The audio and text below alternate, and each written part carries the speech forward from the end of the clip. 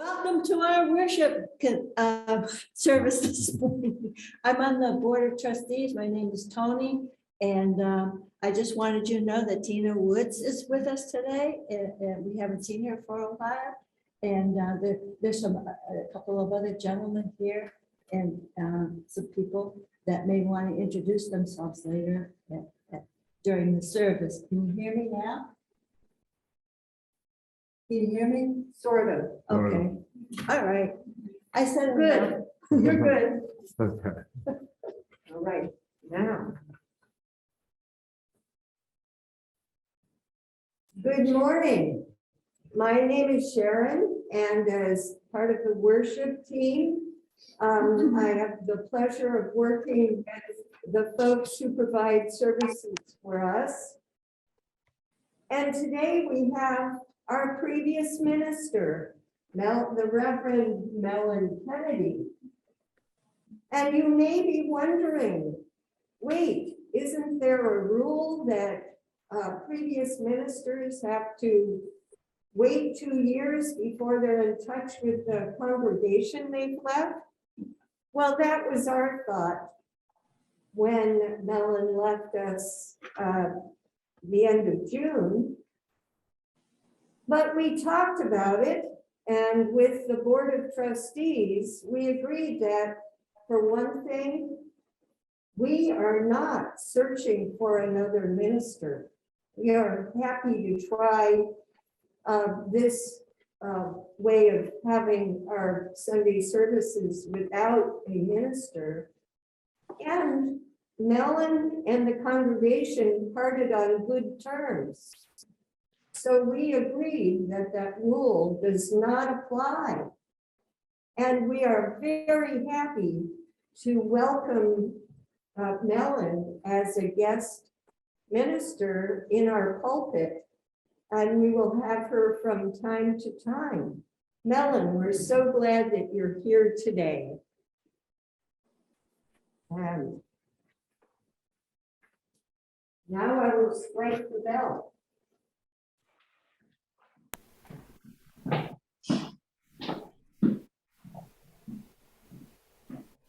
Would somebody mute that person?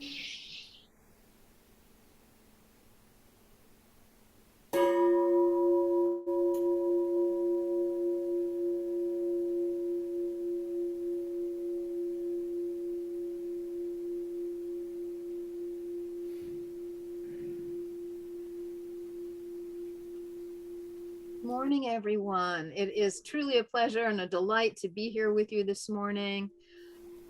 So take a breath and bring yourself into this place of worship.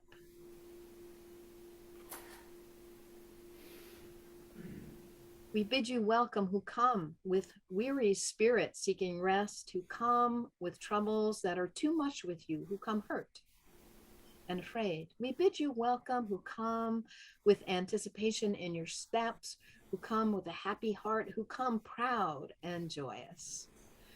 We bid you welcome who come as seekers of new connections, who come to learn and to explore. We bid you welcome who enter this space, the sanctuary itself, and our virtual church, who enter this space as a homecoming, who have found right here space for your spirit, and who have found in these people a family. Whoever you are, whatever you are, wherever you are on your spiritual journey, we bid you welcome. And I have some words for the chalice lighting, which are from Howard Thurman, one of my favorites, and hopefully after our year of exploring Howard Thurman together, maybe one of your favorites as well. And Howard Thurman, he says this: there are two questions that we have to ask ourselves. Two questions. The first, where am I going? And the second is, who will go with me? If you ever get these questions in the wrong order, you're in trouble. I'll say it again. From Howard Thurman. There are two questions that we must ask ourselves. The first is, where am I going? The second is, who will go with me?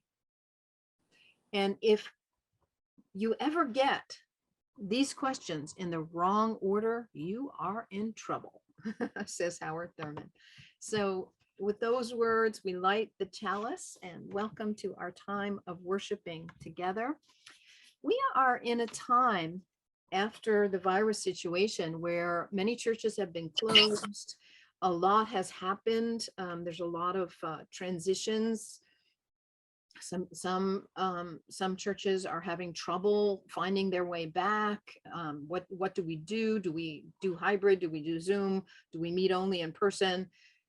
Some churches have lost some of their leadership or their membership, and some have attracted new membership. It's a time of tremendous transition, and which means it's a time for opportunity. It's a time to reassess, to think deeply, to get to the root of what is church really about. And so the topic I want to explore with you today is, does church really matter? Does it matter? So what better way to start our service than with this song? You all know the tune. Blue Boat Home is the tune. And someone during the virus situation wrote new words to the song. When our churches were mostly closed, this creative person made some new words to it. So let us sing this together. The church is more than just a building. So what is church really? Does it matter? Here we go. And you're welcome to sing along. And for those of us on Zoom, let's remember to mute ourselves.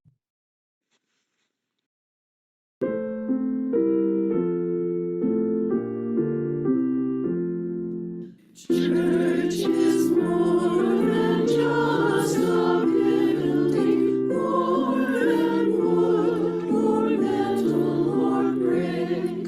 Church is how we love our neighbor. Church is how we tend to the sick, feed the hungry and heal the suffering, welcome strangers and give to the poor. All our service is as worship, all our presence and home and door. Church is more than a weekly gathering. Church is faith that's come alive, filling hearts and minds with passion, peace and hope that ever abides. Even as the building's empty, we are touched by the deepest of grace. When the Holy lives within us, we are in a holy place. With the church is the path we follow, showing care to those in pain. In the midst of fear and sorrow, near the church, and here will remain. Seeking justice, showing kindness, singing praises in all that we do. Church is more than just a building, it's our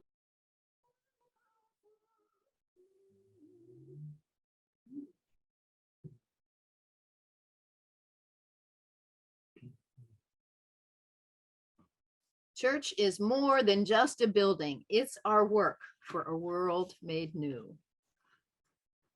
I am so grateful to the creative person whose name I can't remember at the moment, who wrote those new words to that old song, Blue Boat Home. So I have a kid's story. I don't think we have any kids with us, but we're all kids at heart. And what is church? Does church matter?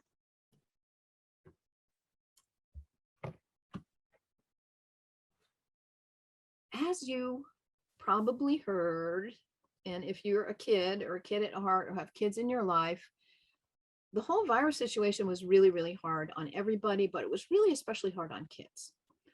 Kids had a hard time. They were, you kids, you were lonely, you weren't connected, you couldn't see your friends, too much time on the computer. It was a rough time. And some kids got kind of anxious, some kids got depressed, some kids kind of didn't eat very well, they lost their appetite. Other kids, they ate too much. Some kids didn't get enough exercise. Some kids went to the doctor because they were having so many problems. Some of them were so unhappy they just didn't even want to be here anymore. It was a rough time. It was a really rough time for kids. And so people did some research on this and looked at, what was happening with kids. And there was a lot of data that showed just what I'm talking about. But there was one study that was done by a group called Springtide. And Springtide is a Christian organization, and they have been very, very concerned for more than a decade. It might be 2 decades. They've been around for a while.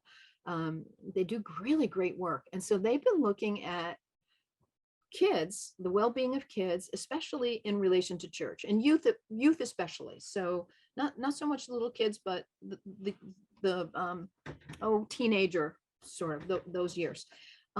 So Springtide did research, and they found just what I said, that a lot of kids were really unhappy and depressed and lonely, except one group of kids. There was one group of kids who actually, rather than go down, down, down with unhappiness and loneliness, there was one group that actually did well, if not better. Can you guess who they are? I'm reading your lips, Tina. You said church, right? Yep. Kids who went to church, or kids who were connected. They couldn't go in the building, but kids who were connected with church did better. Isn't that interesting? So does church matter? You bet. For those kids, it really, really mattered. So let's think about, why would that be? Why would the kids who were connected to church do better? Any thoughts about that? You can unmute and say your idea, or you can type it in the chat box. Why would that be? Why would the kids do better? And if you're in the sanctuary, you'll have to shout out, because I'm not sure how the mic is picking up. So any ideas?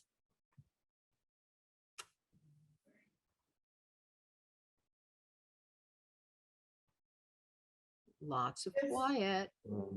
More connection. Yeah, More that's, connections. yeah, Okay. that's what I was going to say. More connection. Okay, Tina. Yeah. Okay. Yep. You know what's really interesting for community? Seth wrote community. Yeah. So connections, and they still weren't necessarily seeing each other because most of the churches were closed. So sometimes when we think of church, we think, oh, we're all together and we're having fun and we're laughing, we're eating food, doing something fun activity together. They weren't. They were still online, most of them, and yet it helped them. So let's explore that for the rest of the service. Does church really matter? You bet it does. But what does that mean? How does church make such a difference in the lives, not just of the kids, but other big kids too? So thank you so much for listening to my story and the data from that wonderful organization called Springtide. And now we have the offering to support the important work of our congregation. And Sharon is in the sanctuary. They're doing the collection there. And I think we probably have a slide inviting the rest of us.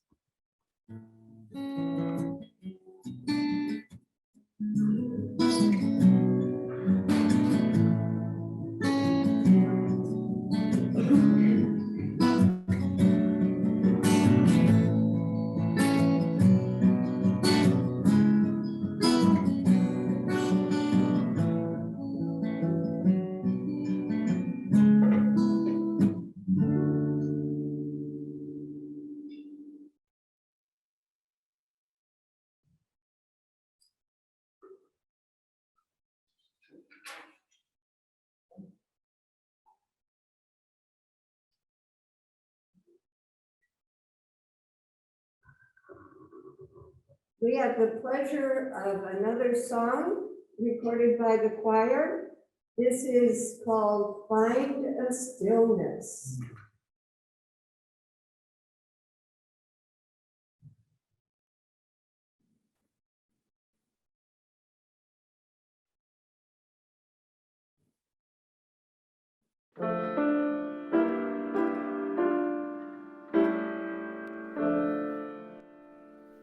Find the stillness, hold the stillness, let the stillness carry me. Find the silence, hold the silence, let the silence carry me. In the Spirit, by the Spirit, with the Spirit giving power, I will find true harmony. Seek the essence, hold the essence, let the essence carry me. Let me flower, help me flower, watch me flower, carry me.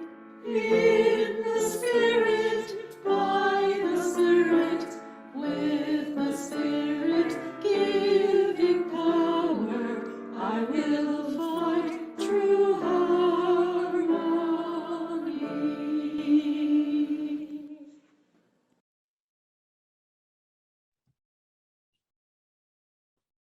Thank you to Julaine and the choir for recording that, producing that for us. It's beautiful and beautiful images. So let's continue exploring this question. Does church really matter? And if so, why? What's going on there? And I want to start with a story. This is from of all places, Dear Abby. I don't even know if Dear Abby is still going on. Remember the column in the advice column in the newspaper. Well, there was a heated debate going back and forth that went on for quite a while on the subject of do sermons matter?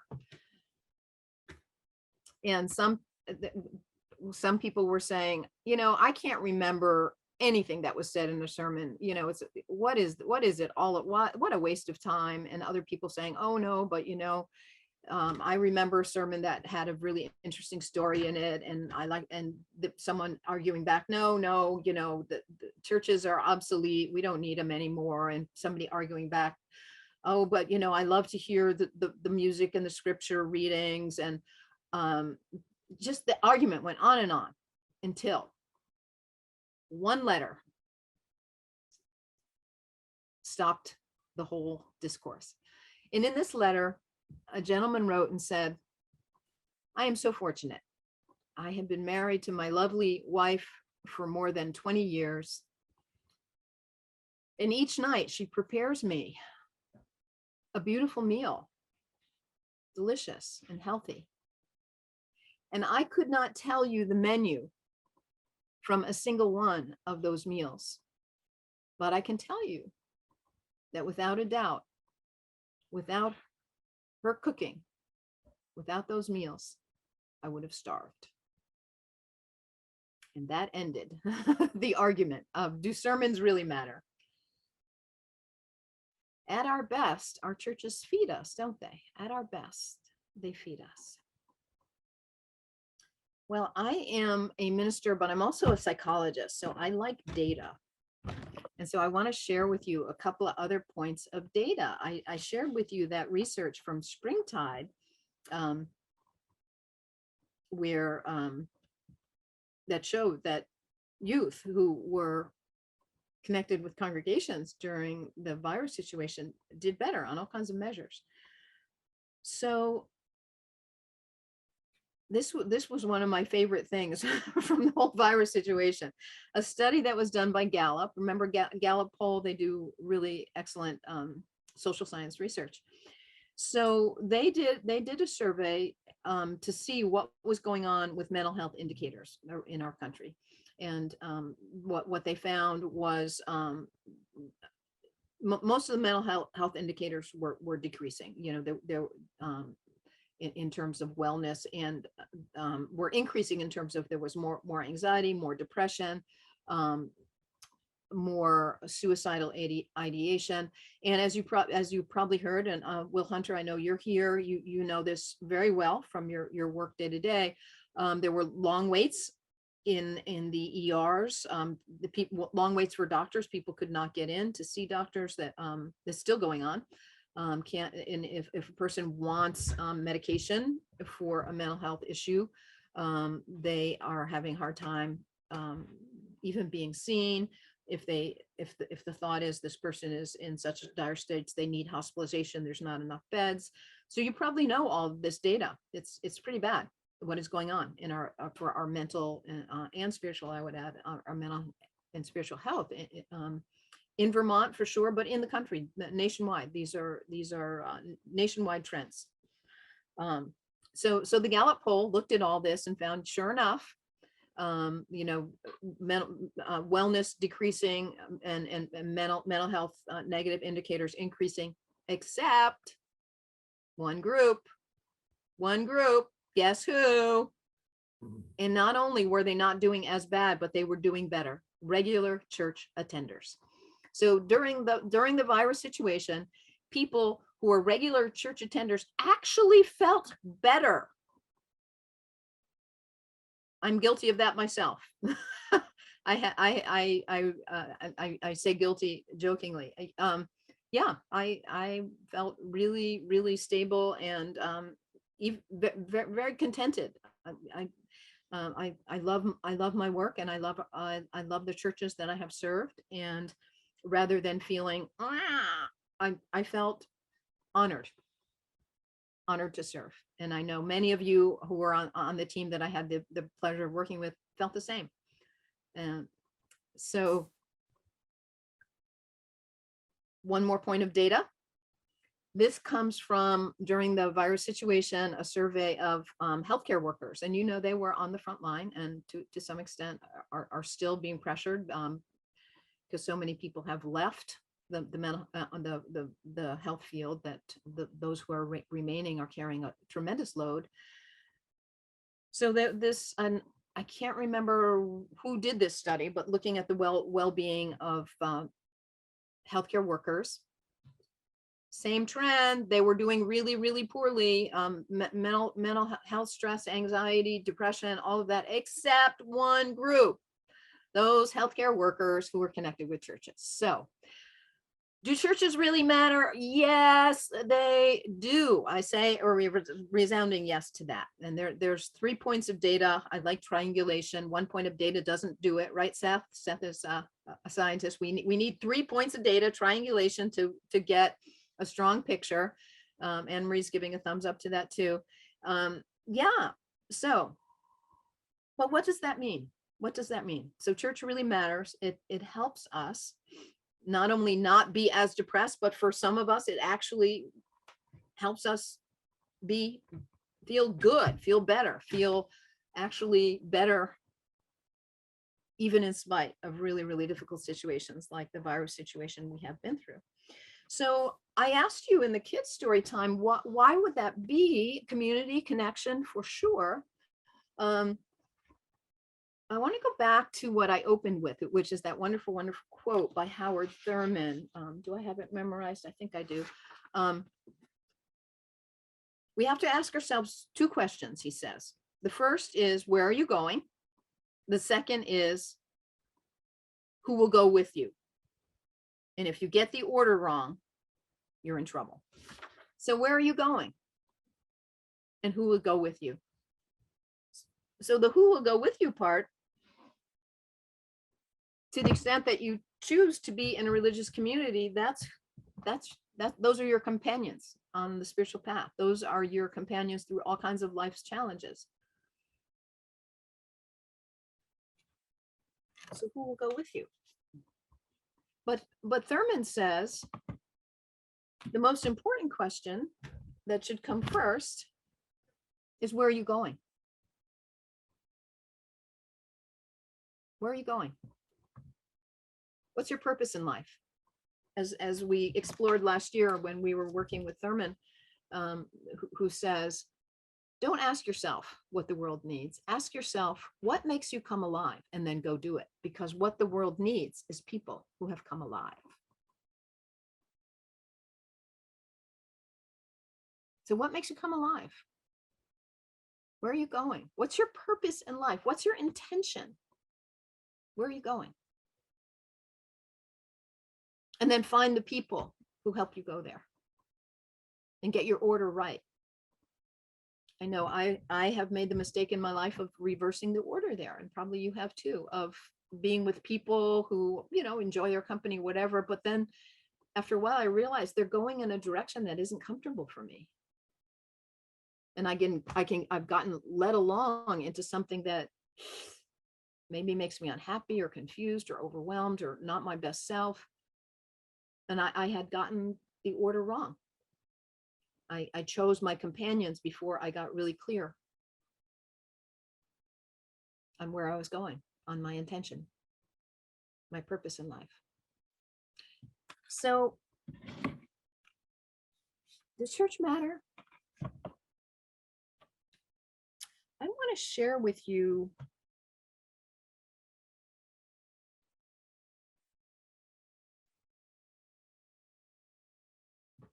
some of you know, I have been reading a book this summer, Stolen Focus.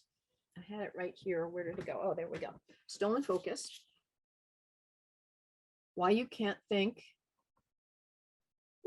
attention, and how to think deeply again, by Johann Hari.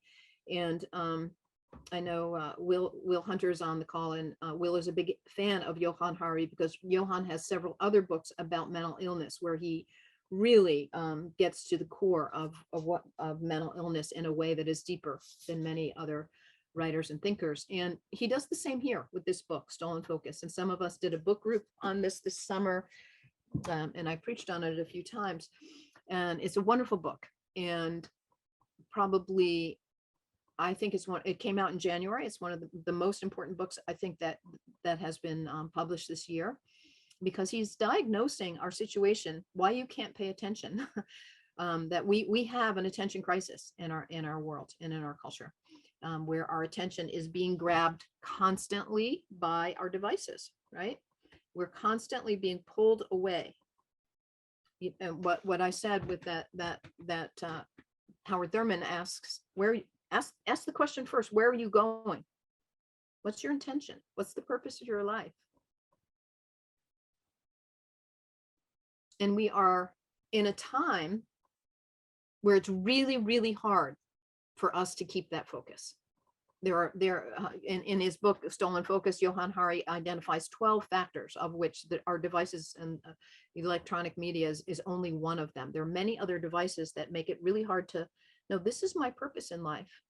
This is where I'm going. There's everything that's pulling, this crisis and that crisis, and and all of that's pulling us off.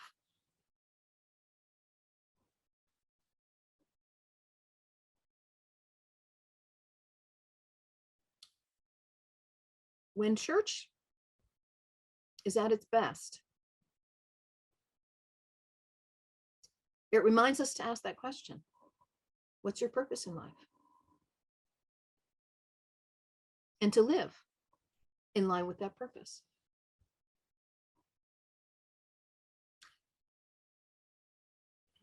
One of the things that really struck me from the book Stolen Focus, and that I think is extremely relevant to the question of, does church matter, is this. So I mentioned I'm a psychologist as well as a minister, and so I've studied human psychology a lot. And when I was in undergrad, that was still somewhat in the heyday of behavioralism. And in behavioral psychology, the idea is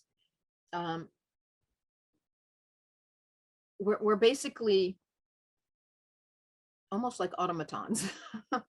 That humans can be trained to do almost anything. Almost any animal can be trained to do anything by a stimulus and a response, by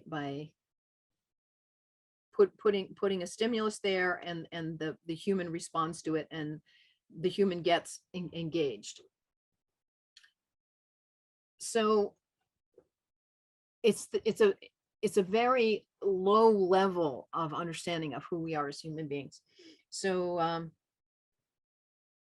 the connection with our devices, these machines that most of us have, and we spend a lot of time, whether we want to or not, and some of us for our work, we have to engage with these devices.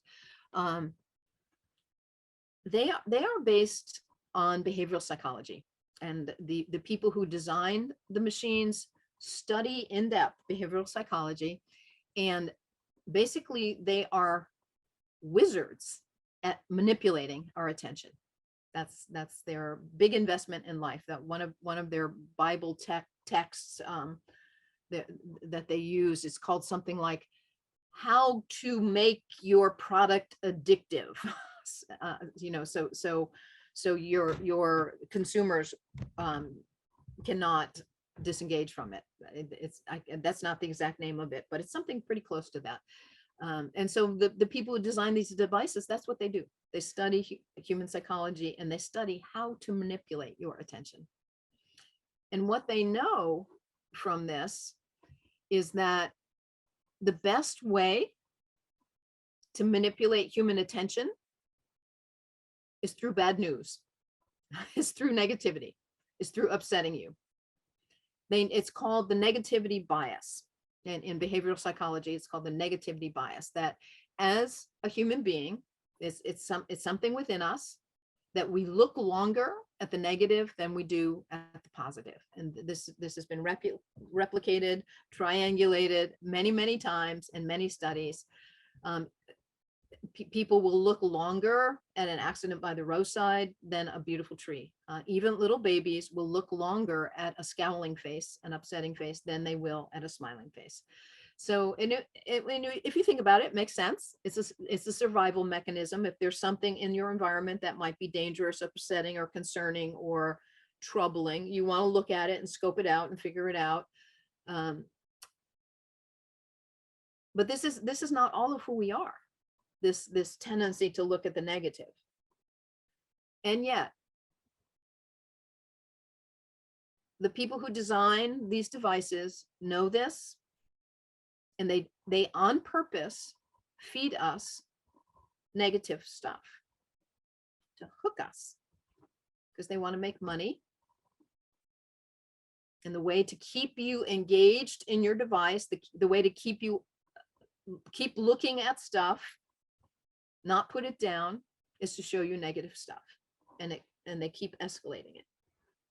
And if you look at the polarization in our society right now on so many issues, it's directly the result of this phenomena of the exploitation of negativity bias on social media.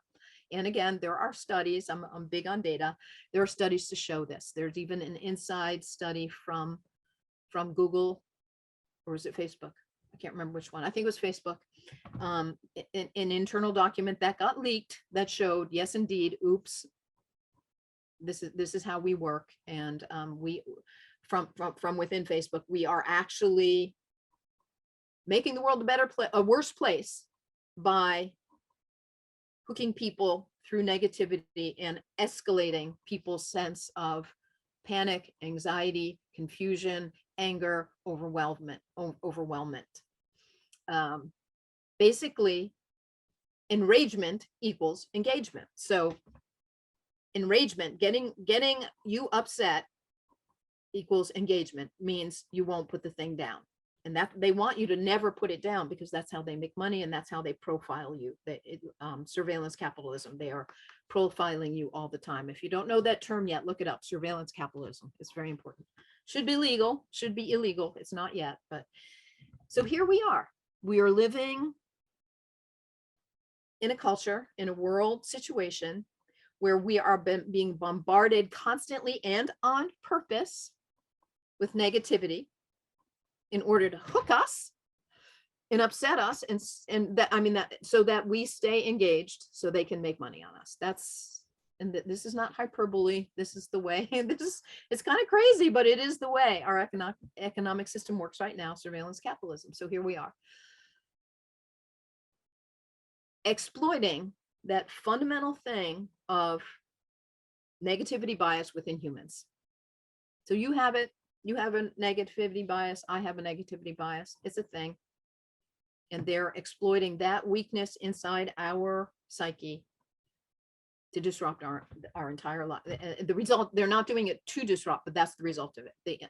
The unintended consequence of this model is the world's a mess. except people who are regular church attenders, except people who are connected with their spirituality.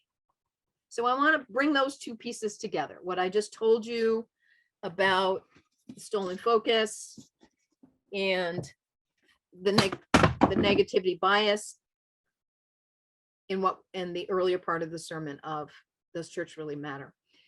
So we have a negativity bias in us, but that is not all of who we are. That is the reptilian brain. That is the primitive part of ourselves. It's there for sure. And when we are in a state of anxiety or fear, we can only function from that place within ourselves. But dear hearts, we are so much more than that. We have our higher functioning. We have our hearts. We have so much more capacity to interact with the world than just out of negativity and what should I be anxious about now? That's such a small part. We have so much more. So we have the negativity bias, and we have something I'm calling the positivity basis. Your spirituality. Yes, you have negativity bias, but you have positivity basis. You have a foundation within you that is positive, that feeds on love and kindness, that is inspired by beauty. That is also you.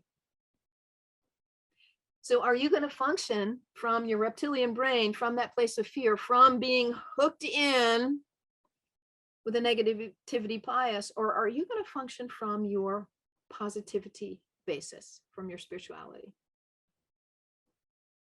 Which is it going to be? Back to the Thurman quote. 2 questions. Where are you going? And who's going to go with you? Where are you going? When you're connected with your positivity basis, when you're connected with your spirituality, when you're connected with this feeling of my life is sacred. I am here for a purpose. I am a ray of the divine. I'm here to bring my gifts to the world. I'm here to bring love and light to the world. I'm here to drink in God's beauty in all its myriad forms. That's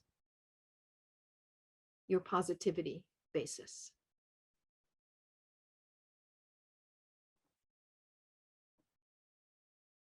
So Thurman's question, where are you going? My hope is that where you're going is home to your divine self. That you're going on the spiritual journey of discovering the depth of your being, of living more and more from that place of divine connection.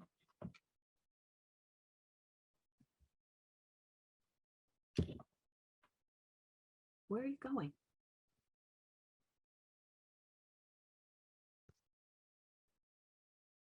To live from that space of your positivity basis.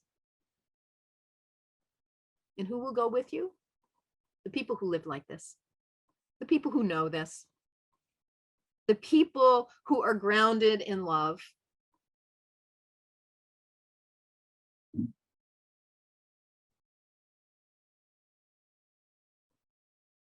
And when we live like this, answering Thurman's questions, where am I going? I'm going home to God. I'm going home to Source. And who's going with me? People who help me live my life on purpose. When we live like that, let the pandemics rain down. Let the monkeys do their dance of be afraid of this today and be afraid of a new thing tomorrow in the media. And it doesn't matter. We can hold steady through all of that chaos. And the data shows that to be true.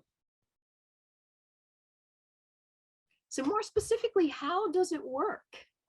What strengthens we all have a positivity basis. We all have this ability within us. And we all have a negativity bias. We have both.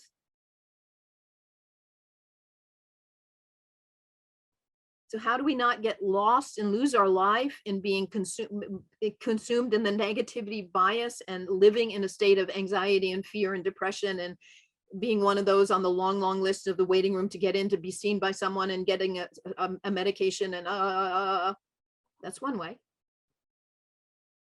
How do we not live that way, but instead live from our positivity basis, from our spirituality?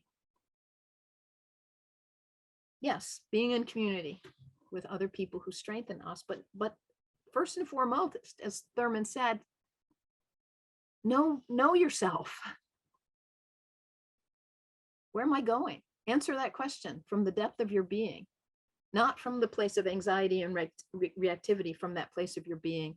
I've used the analogy before, and you've heard me say this if you've heard me preach, that the ocean has on the surface, it has waves and storms and tempests and problems, but deep down inside the ocean, deep down, there's stillness, there's quiet, there's silence.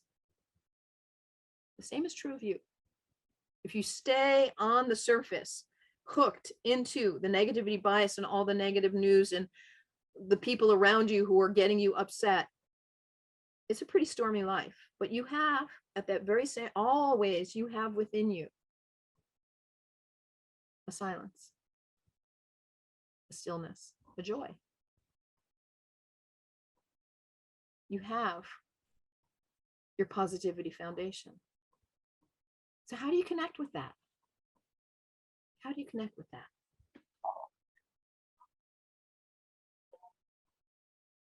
There's so many ways, right? We've talked about many of these ways.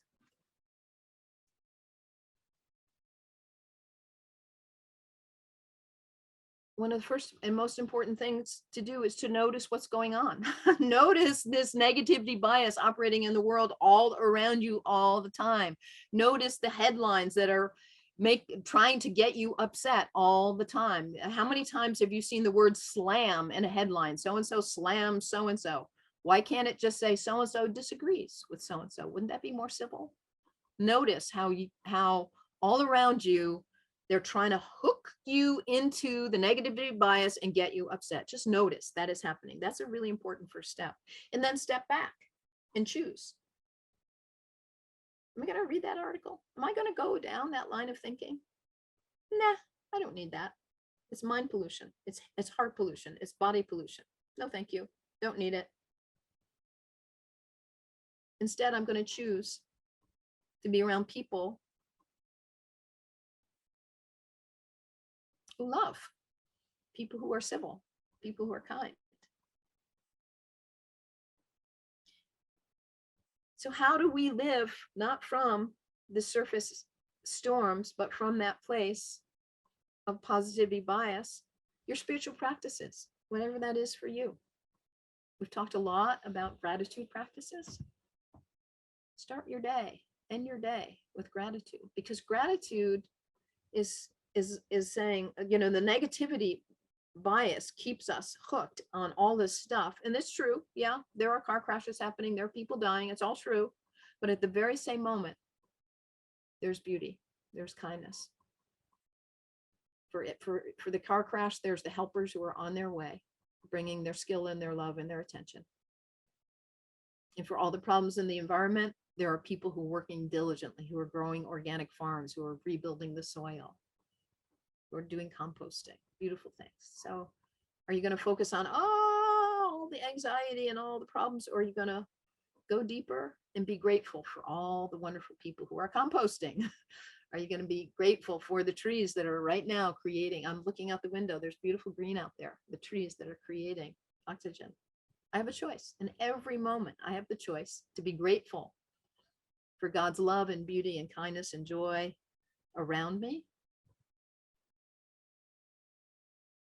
or to choose to be upset about what is out of balance. So gratitude, gratitude, gratitude, gratitude. It is one of the foundational practices to maintain your positivity basis.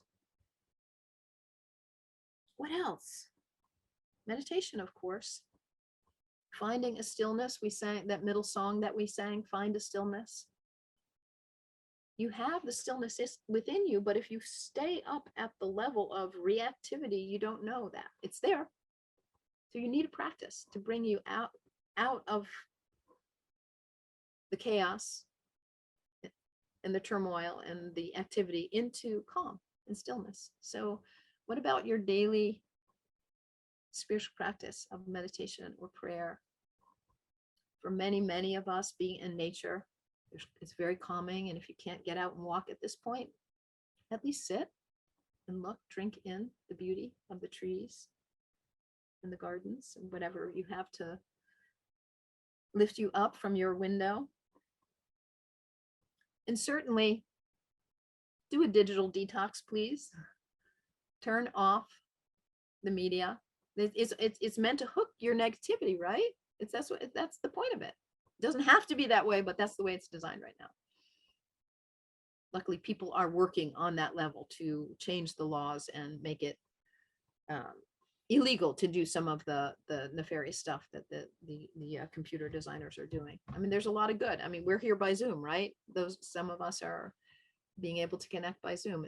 Computers are not. I'm not saying technology is bad. I'm saying it's designed right now in a way that makes the world a worse place, that makes us crazy, unhappy, isolated, polarized, upset, suicidal, imbalanced. Yuck. So it's designed that way. So disconnect from it. Hang it up. You don't need that junk polluting your mind, body, heart, and spirit, do you? No, no, no, no. First thing in the morning, don't turn it on. Turn on God. Turn on your prayer life. Turn on meditation. Turn to the beauty of nature. And get grounded. First thing in the morning, get grounded in your positivity basis. Remember who you are. What are you here for? You're not here as a little automaton for the junk to be swept into all of that. No, you're here as a ray of God. You're here to bring your love, your light, your beauty into the world. To connect with that first thing in the morning and live from that place. And then turn on the news as what you can pray for. What ways can you bring your love and light into the world?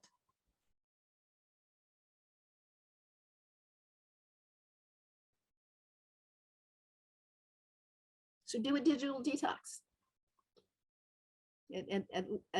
Turn your phone off at night. Turn it off for a day, a week. My hero, Johann Hari, he went for 3 months of a digital detox. It healed his life in so many ways. He slept better. He was creative. He was able to be in flow and think and enjoy his life like he had never done before since he was a boy. So consider it. Consider a digital detox. So back to my question, does church really matter? You bet it does. And it especially matters when it helps us connect with our positivity basis, when it helps us strengthen our spiritual practices, when it helps us disconnect from all the turmoil and remember that we are God's children. We are rays of love and light in the world. When church really matters, when it reminds us of Howard Thurman's teaching, these 2 questions. What are you here for? But who's going to go with you and get the order straight? Listen to your own heart first, and then find your heart friends who strengthen you on your way. So what's it all about, folks? Let's say our affirmation together. Why are we here? It's pretty simple, isn't it? Love is the doctrine of this church. The quest for truth, join me if you would. The quest for truth is its sacrament, and service is its prayer. To dwell together in peace, to seek knowledge and freedom, to serve the needs of all beings, to the end that all souls shall grow into harmony with the divine. Thus do we covenant with each other and with the source of our being.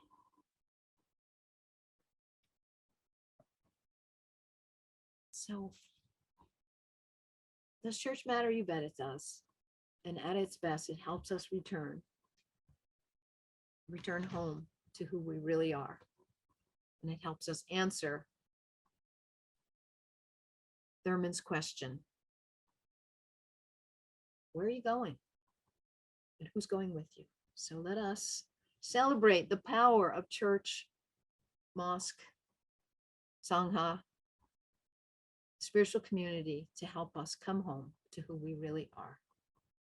So you're welcome to those of you in the sanctuary, if you want to stand in body or spirit, or at home and sing Return Again.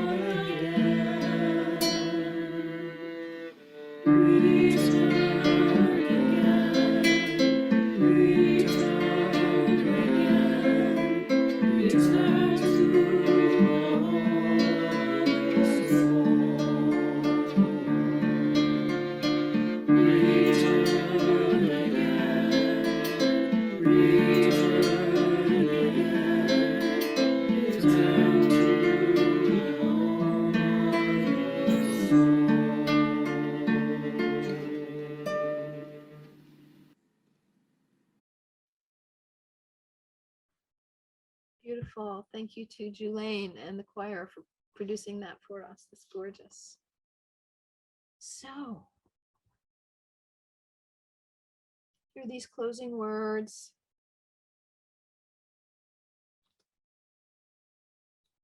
if you have found community here, treasure it. If you have found challenge here, I hope you have. Go and sit quietly with what is stirring in your heart. And if you have found hope here, bring it out into our beautiful and bruised world that needs you living from your positivity basis, from your foundation of love. May it be so, blessed be. Amen. Amen. And Sharon has the bell for us. Yeah, unmute the bell. There we go. Okay.